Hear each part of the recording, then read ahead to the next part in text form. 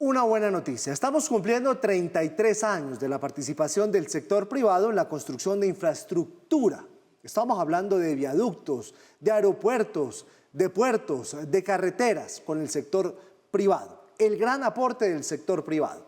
Vamos a mostrarles a continuación un documental muy bonito. Vale la pena que lo vea.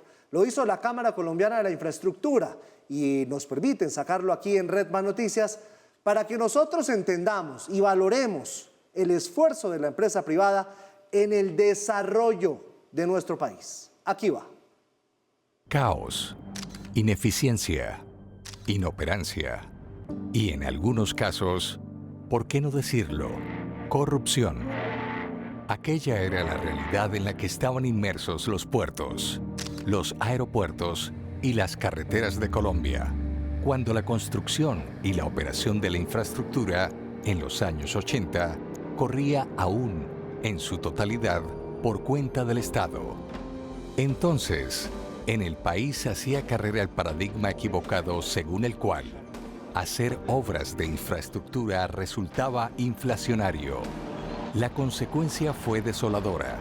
Interminables recorridos por carreteras escabrosas, horas de espera en aeropuertos ineficientes y aún peor, una economía aislada de los mercados internacionales debido al precario estado de las terminales portuarias y aeroportuarias. Bueno, la infraestructura deficiente, en donde Colombia continuaba con unas brechas muy grandes en términos justamente del acceso a carreteras de dobles calzadas, a puertos, a aeropuertos, y eso limitaba la competitividad y el crecimiento económico. Y era identificado como una de las barreras o cuellos de botella más importantes para el desarrollo de una economía emergente como Colombia.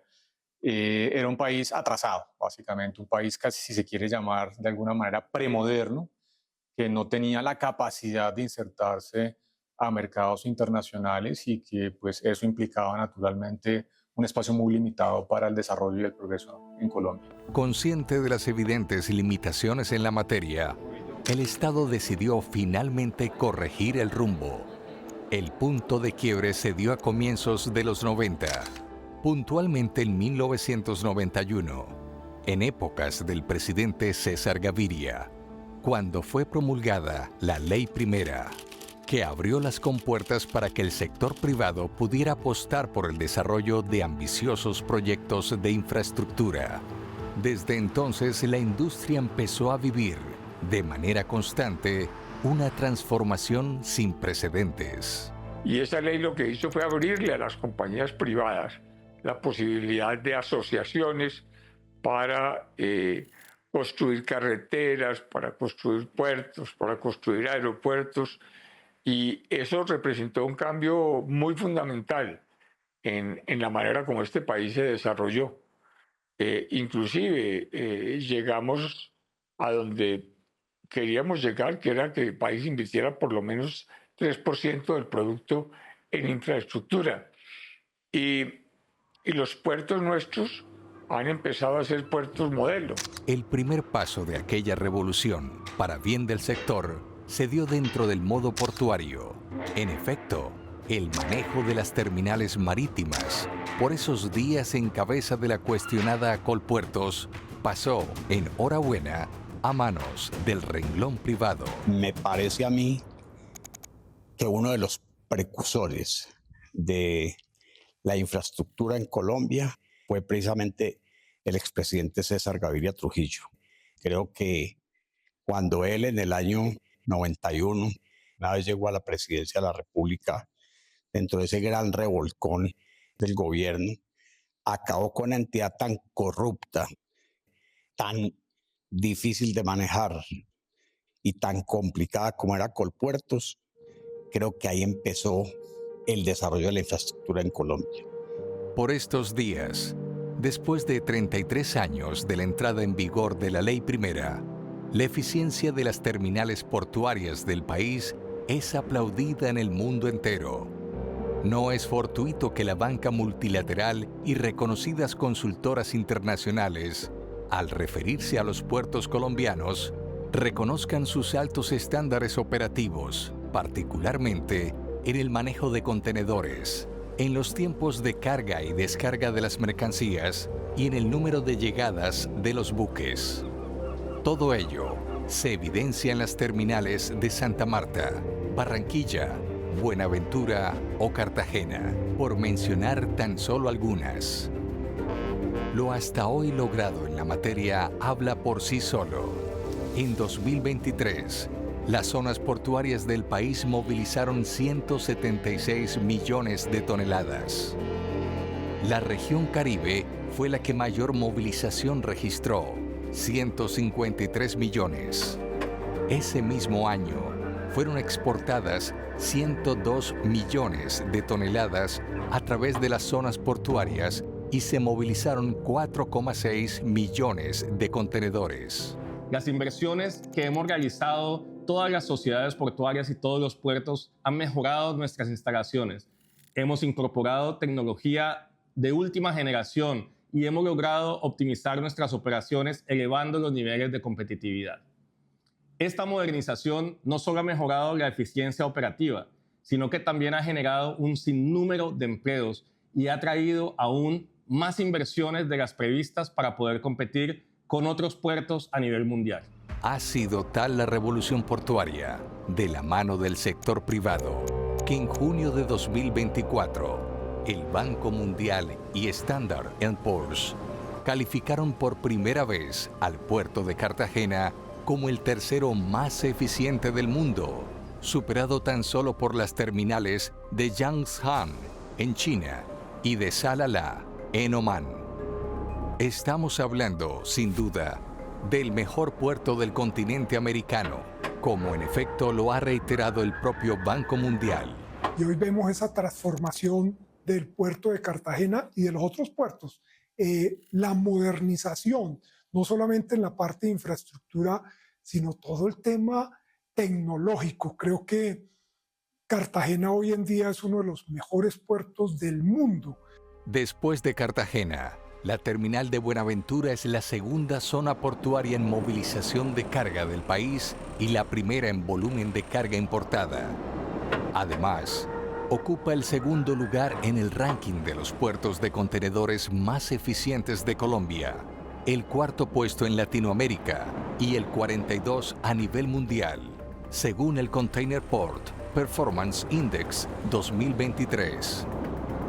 Esta transformación, monumental a todas luces, no fue exclusiva del sector portuario. Las deterioradas carreteras que tímidas se dibujaban en algunas zonas del país a finales de los 80 también fueron objeto, a partir de la década de los 90, de un prodigioso cambio. En 1994, durante el gobierno del entonces presidente Ernesto Samper, el país vio por primera vez la luz verde para ejecutar una carretera mediante el modelo de concesión. Se trataba de la Vía al Llano, una iniciativa tan retadora como estratégica para la conectividad del país. Fue entonces cuando el reconocido ingeniero y empresario Luis Carlos Sarmiento Angulo desafió la compleja geografía del oriente colombiano, armado de buena ingeniería. Con Luis Carlos Sarmiento teníamos una relación de vieja data porque él fue uno de los fundadores de la Asociación Nacional de Instituciones Financieras, ANIF, de la cual yo fui su segundo presidente. El primero fue Belisario. Y era una persona que vivía engolosinada con el tema de la Vía al Llano, porque él, uno de sus primeros cargos como ingeniero, fue precisamente la construcción de la vieja carretera al llano. Entonces él tenía la obsesión de meterse a constructor y de terminar sus días profesionales no como banquero, sino como constructor, que para un ingeniero es más que legítimo. La carretera Bogotá-Villavicencio abrió las puertas para esta nueva ingeniería que estamos viendo en el país. La Vía al Llano fue la piedra angular de un proceso evolutivo en materia carretera que, con el paso de los años, el país conocería como las concesiones de primera, segunda, tercera y cuarta generación. Ha sido un aprendizaje de 3 décadas asociadas a la ejecución de vías competitivas, seguras y, en pocas palabras, construidas con los más altos estándares de ingeniería. Las primeras concesiones que se hicieron en Colombia, estamos hablando de esa época, pues del gobierno del presidente Gaviria, luego el presidente Samper, Pastrana y el mismo presidente Uribe. En esa época prácticamente no había concesionarios extranjeros en Colombia. Lo que había era constructores colombianos que se volvieron concesionarios, iban a los bancos todos locales, a que les prestaran plata para hacer las obras, pero también en esa época las concesiones, no obstante ser concesiones, también recibían recursos del gobierno para su ejecución. Que eso pasó, yo diría que las concesiones de primera, de segunda e inclusive de tercera generación. Mientras en la década de los 90 y en los primeros años del siglo XXI, las concesiones carreteras evolucionaban. El Estado, en épocas del presidente Juan Manuel Santos, entendió también que el sector requería de una arquitectura institucional robusta. El primer paso fue generar la institucionalidad adecuada, porque realmente no teníamos una buena institucionalidad. Por eso abolimos esa entidad que se llamaba INCO, que era un foco de corrupción. La reemplazamos por la ANI, que establecimos con todo el rigor del caso, el profesionalismo del caso. También en las entidades que existían, por ejemplo, en Invías, hicimos toda una reforma interna que le dio a Invías mucha más eficiencia. En la Financiera de Desarrollo Nacional como un brazo financiero, como un apalancamiento financiero, porque la infraestructura necesita financiación y financiación adecuada. Ya con unas bases institucionales sólidas, en 2014 el país se embarcó en la empresa de infraestructura más ambiciosa de su historia, la cuarta generación de concesiones viales. Un programa que ha demandado recursos cercanos a los 117 billones de pesos y que ha significado la construcción de 430 kilómetros de calzada sencilla, 676 kilómetros nuevos de doble calzada y 137 kilómetros de tercer carril, así como el mejoramiento y la rehabilitación de 3.118 kilómetros. Las 4G fue producto de esta política, de esta revolución. Las 4G fue como la acumulación de experiencias anteriores, un proyecto muy ambicioso. Se asignaron más de 50 billones de pesos, se lograron 29 proyectos. Tengo entendido que hoy en día hay un cumplimiento como del 85%, y cuando uno hace las cuentas de lo que se ha construido a través de las 4G, se da cuenta que eso es un sistema muy eficiente, muy efectivo, que le permite a un país como Colombia, con limitaciones financieras, avanzar en la forma como avanzamos, porque avanzamos mucho más que cualquier otro país de América Latina. Eso no lo decíamos nosotros, lo decía el propio Banco Mundial. Es innegable. Se trata de un programa que, entre otras, ha contribuido de forma significativa a la conectividad del país y a la modernidad. Nuestros centros de producción están en el centro del país. O sea, eso no lo podemos desconocer. Y tenemos que comunicar el centro del país con los puertos. Y la única manera es a través de estas vías modernas, túneles y viaductos.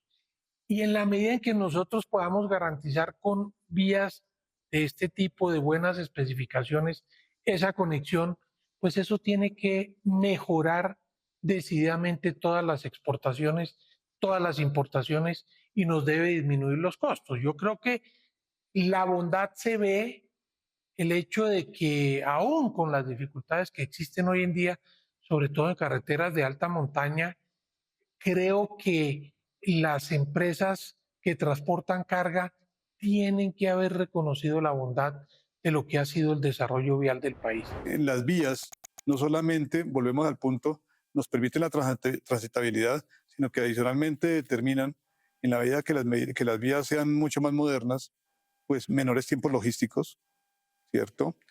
En esos mejores tiempos logísticos, pues ahorro de dinero importante, menores costos de operación de vehículos, no solamente contribuye al desarrollo del país. El tema de las vías, digamos que es un elemento tan importante como que entre el 1 y el 1.5 del Producto Interno Bruto puede llegar a aumentar con la construcción de vías. Las 4G. Gracias a la ingeniería de vanguardia aplicada a sus procesos constructivos, ha sabido, además, superar las dificultades propias de nuestra compleja topografía. Tenemos que lidiar, tenemos que manejar una geografía bien compleja y esto conlleva unos retos de ingeniería muy fuertes y creo que el modelo de concesión que se caracteriza por el aporte de experiencias de grandes grupos, de experiencias de Colombia, pero también también internacionales.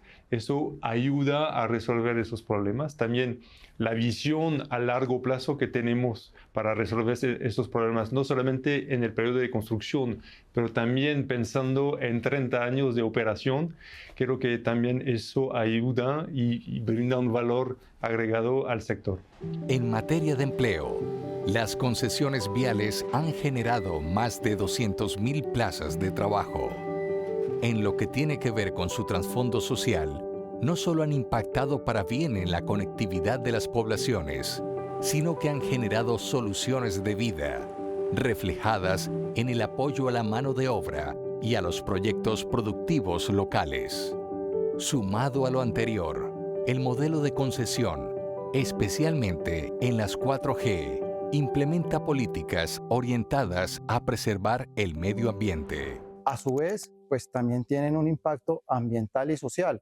Y eso, las otras concesiones, digamos, ese impacto social no lo tenía tan en cuenta como las tienen estas cuarta generación, donde va, no solamente es hacer la obra, sino tratar de también ir a la región, a la zona donde está desarrollando el proyecto. Hay una decisión de los concesionarios no solamente de compensar los efectos ambientales que genere la obra, sino de involucrarse mucho más con la región, porque el concesionario va a estar 20 o 25 o 30 años en la región. Por estos días se habla ya de la quinta generación de concesiones, que incluye los diferentes modos de transporte. Ya estamos con proyectos 5G. Ojalá esos proyectos se puedan desarrollar de manera adecuada. El aprendizaje ha sido mutuo. Creo que el sector privado, que tenía unos riesgos, unos temores, también ha aprendido cómo minimizar esos riesgos y esos temores en la contratación. Ha sido, sin duda, una invaluable curva de aprendizaje que se ve reflejada hoy en corredores viales de talla mundial. Lo que el país ha logrado en estos 30 años es realmente asombroso.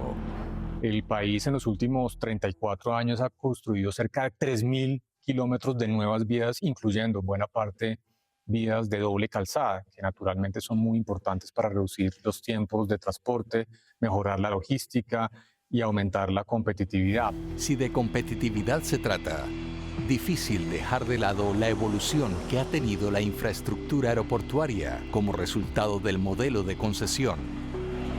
Gracias a él, el país fue testigo de excepción del cambio de semblante de buena parte de sus aeropuertos, cuyas instalaciones, a finales del siglo XX, lucían caóticas y congestionadas. Muestra de ello era el Aeropuerto El Dorado de Bogotá. ¿Cómo olvidar aquella terminal de los años 90? Recuerdo el aeropuerto de los 90. Recuerdo que yo venía de Manizales a Bogotá en los aviones de ACES, que eran de 20 pasajeros. Aterrizamos ahí en El Dorado, un aeropuerto viejo ya, anacrónico. De aquel aeropuerto anacrónico, hoy no quedan más que algunas páginas del pasado. En abril de 2024, la prestigiosa consultora británica Skytrax lo calificó por sexta ocasión y por tercera vez consecutiva como el mejor aeropuerto de Sudamérica. Y todo ello gracias al modelo de concesión. Incluso el aeropuerto El Dorado en Colombia es uno de los aeropuertos más importantes en la región desde el punto de vista, por ejemplo, del transporte de carga.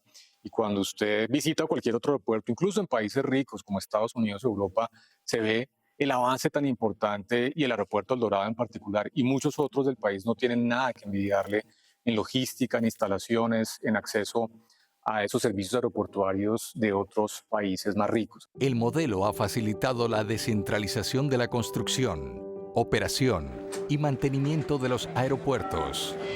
De igual manera, ha permitido mejorar la eficiencia operativa y la calidad del servicio, así como incentivar la inversión privada y la mejora continua de las instalaciones. Para el año 2023, en Colombia el 88% del tráfico aéreo se movilizó por aeropuertos concesionados y un porcentaje muy similar se reportó respecto a la carga que se mueve por vía aérea en el país. Las significativas mejoras que hoy se evidencian en materia de aeropuertos han sido cruciales para impulsar el turismo en todas las regiones del país. Esto se refleja en el aumento de turistas, con más de 2.1 millones de visitantes no residentes entre enero y abril de 2024, lo que representa un incremento del 7.3% respecto al mismo periodo del año anterior. Adicionalmente, en 2023, el valor agregado del turismo alcanzó los 33.2 billones de pesos, que es el más alto desde el 2015.